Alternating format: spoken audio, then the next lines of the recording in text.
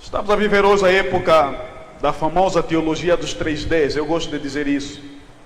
Há igrejas que é 3D: demônio, dinheiro e doença. Há púlpitos que se exaltam mais a Satanás do que a Deus. Fala-se mais do poder do diabo. Há cidadãos que inclusive chegam a entrevistar servos de Deus. Ele diz, para mostrar a sua grandeza, quão ungido ele é, eles chegam endemoniados. Quem é você que está aí? Ah, sou fulano e tal. Quantos vocês são? Somos 7. Você sabe quem está a falar contigo? Sei, tu és servo do Senhor. Ah, reconhece? E ele começa a dar uma conversa com o demônio. E o povo vai aplaudindo. Mas sabe o que é que está acontecendo? O diabo está a ter ibope nos nossos púlpitos. Não precisamos disso. Basta sabermos que Jesus está presente e o demônio se estremece e vão saindo sem você se aperceber, em nome de Jesus. Jó! Vamos dar voz a Jó com a palavra Sua Excelência Jó. Repita comigo: com a palavra Sua Excelência Jó. Vamos dar voz a Jó. A Bíblia diz que em um certo tempo, e há muito tempo, dizem os teólogos, muito antes de Abraão, um homem por nome Jó, no Oriente, que servia e temia Deus, viu sua vida do dia para a noite sair dos eixos, por conta de uma manipulação, por conta de um jogo transcendental, por conta de uma aposta entre Deus e Satanás. E usando a linguagem da Bíblia, no dia em que os filhos de Deus iam para adorar a Deus, o diabo apareceu e Deus disse: de onde vens? E disse Satanás: eu venho de rodear pela terra e passear por ela. E aqui minha versão escuta aqui, vagabundo: viste meu servo Jó? Não há ninguém na terra como ele. Aí o diabo disse: é claro, o Senhor o cercou de tantos bens, permita que eu toque nestes bens, vai ver se ele não vai amaldiçoar a Deus. Deus permite a Satanás tal ato. E diz a Bíblia que num certo dia em que Jó estava distante de sua casa, ele recebe a infausta notícia de que os seus filhos e seus bens todos foram queimados por uma calamidade, por um fogo que caiu do céu. Aí começou a desgraça de Jó. No capítulo 2, Satanás volta a apresentar-se a Deus, e Deus torna claro que Jó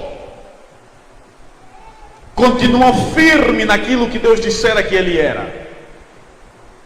Aí o diabo evoca, diz assim, argumenta, diz: deixa-me, e ele usa essa expressão, pele por pele, e o homem blasfemará. Deixe-me eu tocar no seu corpo, viverá se ele não vai dessa vez amaldiçoar. Deus disse: toca. Tão somente não toque na vida. Uma palavra entre parênteses, pastor Horto: o diabo, até para ser diabo, precisa de Deus. Pediu permissão para tocar, e Deus disse: está permitido. Se Deus não permite, o diabo não consegue ser diabo. Permitiu, e ele tocou. E Jó, e aí entramos no versículo que nós lemos, numa posição extremamente mendicante, numa posição difícil, irmãos, asquerosa. Jó foi acometido de uma lepra asquerosa, cheirava mal, seu hálito nem dava para estar ao lado. Ele pegava encaco para raspar-se, ele estava sentado em cima do lixo, e os teólogos dizem, a tradução correta daquele lixo da cinza, de cima da cinza é lixo, estava no lixo, porque aí já é parabólico até. Ele sentou no lixo, quer dizer, é o único lugar para ele estar naquela condição. E eis que 3 amigos, 3 homens, aqui a Bíblia dá o nome de amigos, vieram de lá, porque eram homens que Jó já havia ajudado no seu momento de abastança. E eles chegam, e no versículo 11, onde nós lemos até o versículo 10, e a partir do versículo 11, começa a saga desses 3 amigos de Jó. Eles aparecem, e eles fazem uma coisa linda, acertaram nos gestos, mas erraram na teologia. Acertaram no gesto. Eles chegaram, sentaram-se e viram o estado de Jó e não ousaram falar nada. Calaram-se, acompanharam a desdita de Jó em silêncio. Resolveram condoer-se com ele. Passado um momento, Jó começa, aí no capítulo 3, a usar palavras duras, mas compreensíveis para o seu estado. Eu estou aí para algum lugar, irmãos, caminhem comigo, amém? Eu vou espremer. A Bíblia diz que Jó começa a falar. Depois disso passou Jó a falar e amaldiçoou o seu dia natalício. Disse Jó: pereça o dia em que nasci e a noite em que se disse foi concebido um homem. Converta-se aquele dia em trevas, e Deus lá de cima não tenha cuidado dele, nem resplandeça sobre ela a luz. E Jó começou a reclamar da sua situação, amaldiçoou o dia em que nasceu, o dia em que se anunciou que era um homem. Ele disse: seria bom se o dia se convertesse em trevas e ele não viesse a existir. Aí os amigos começaram no caminho do erro, pois resolveram consolá-lo com filosofia e teologias completamente erradas. Entraram na chamada teologia da causa moral, em que eles disseram: bom, se você está nessa condição, Jó, é porque você fez isso. Não se justifica isso sem haver um pecado escondido. Sonda bem o teu coração. Deus não permite o seu servo passar por isso se ele não tiver cometido algum pecado. Jó sondava-se e não encontrava pecado nenhum. Eles diziam: não, Deus é justo. Se você se justificar, vai tornar Deus injusto e você justo. Queridos irmãos, com a palavra Sua Excelência Jó. Quando eu leio o livro de Jó, e como só leio com profundidade por causa do livro que eu estou escrevendo, eu descobri as 7 curiosidades no livro de Jó, muito importante, forte, 7. E dessas 7, há 3 que me chamam e mexem muito com o meu espírito. E eu vou começar agora a falar a palavra do Senhor. 3 grandes curiosidades em torno do livro de Jó. Primeira curiosidade é que Satanás, o diabo, Belzebu, seja lá o nome que o irmão quiser dá-lo, ele só aparece no capítulo 1 e no capítulo 2 do livro de Jó. E o livro de Jó tem 42 capítulos. Ele só aparece em pessoa e em menção no capítulo 1 e no capítulo 2. Primeira curiosidade. Do capítulo 3 até o capítulo 42, você não vê Satanás, nem sendo mencionado, nem estando presente. Ele ataca e fica no anonimato. Segunda curiosidade, e ligada à primeira. Do capítulo 3 em diante, até pelo menos o capítulo 36, 7, entram os 3 amigos de Jó. Isso é curioso? É curioso. E eu vou lhes dizer porquê. Terceira curiosidade. Do capítulo 1 ao capítulo 42, em nenhum momento você vê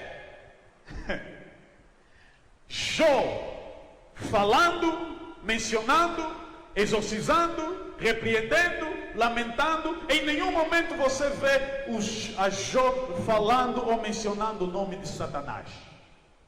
Em nenhum. Isso é importante para o que lhes falarei daqui a pouco. Primeira curiosidade. Satanás só aparece do capítulo 1 até o capítulo 2. Queridos irmãos em Cristo, por isso é que eu comecei introdutoriamente a falar que estamos a viver tempos em que a igreja tem passado e tem surgido muitas igrejas que têm falhado no alvo. Já não é mais tempo para darmos espaço e darmos lugar a Satanás. Já não é momento, aqui talvez no Brasil nem tanto, em África há infelizmente uma febre de dizeres, qualquer coisa é o diabo, qualquer coisa é Satanás, evoca-se tanto Satanás, que às vezes fala-se, o cristão passa mais tempo colocando na sua boca o nome de Satanás do que o nome do seu próprio Deus. Satanás só tem na história de Jó 2 capítulos.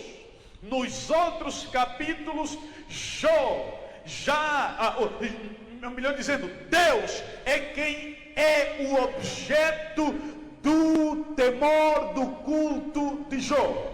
Os irmãos não estão a perceber. Eu estou a dizer assim, queridos irmãos em Cristo Jesus, nós somos crentes, nós somos cristãos, e não importa o quanto o diabo faça contra a nossa vida, se ele fizer, nós não vamos lhe dar a importância que ele não tem. Nós vamos dar ao nosso Deus a importância que ele deve ter. Ainda que o diabo lance enfermidade contra mim, vou fazer como Jó. Quem vai estar nos meus lábios é o nome de Deus e não o nome de Satanás. Ainda que o inimigo se levante para atrapalhar a minha caminhada, eu vou fazer de Deus o objeto do meu culto, o objeto do meu lamento, o objeto da minha oração, o objeto da minha busca. Deus, eu estou nas tuas mãos para o bem ou para o mal. Se este mal